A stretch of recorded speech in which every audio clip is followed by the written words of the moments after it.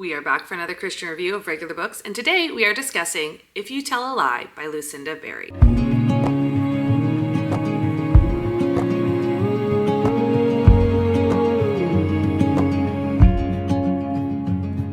For those of you who've never seen one of these videos before, here's how it's going to go down. First, I do my regular review, what you know and love to expect from a book review, star rating, my own personal opinion, etc. And I do it all without spoiling the book.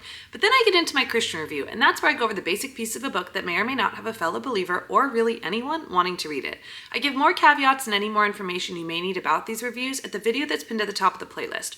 Or it should be here somewhere. However, if you're still here, let's go ahead and get into my regular review. If You Tell a Lie by Lucinda Berry is yet another suspense drama. I've read a few books now by Lucinda Berry, and I do tend to feel like her thrillers are suspense light, but drama heavy. And I appreciate the way she writes her stories. For those of you who don't know, Lucinda Berry actually is, I believe, a psychologist. And so she writes a lot about the mental aspects and probably some of the things that she's seen within her practice, of course, fictionalized. I really appreciate that about her books, and I think she does a really great job of getting into the mind of some people and how they do the things that they do. This is about four girls who met when they were in high school, and then they reconnect years down the line with a dirty little secret. And while I really enjoyed this story, and the twist at the end definitely took me by surprise, like I had no idea what was coming, I also felt like some of the pacing in it was a bit slow and struggled to really understand all the complexity of the book. It does take place in multiple points of view and dual timelines, so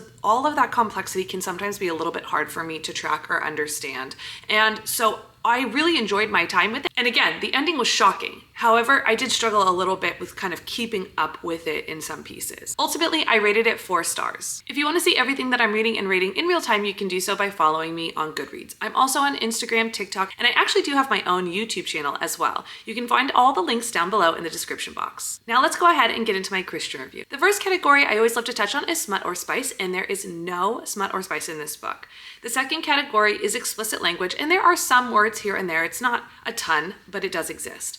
The third category is violence and gore, especially because this is a thriller, and there is some minor gore. A lot of it is faced in the rear view mirror, so it's like what the girls saw back then and just kind of remembering it or discussing it. It isn't overly detailed, and I don't think it would be super hard to read through. The last category is that there is some mature themes around power dynamics and sex within the course of this book that are explored through the character dynamics and their discussion. This book is probably great for anyone aged 16, 17 and up. Again, it does explore some mature themes, so that's the only reason why I've edged towards the older teen years. Before you go, please don't forget to like, subscribe, or hit the bell so you can stay up to date on all of these Christian reviews of regular books, plus me and my mom's podcast, The Journey We Share. On top of that, it helps us know that the content we're providing is content you want to keep seeing. And since we're a nonprofit, it's like a free way to donate without having to open up your wallet.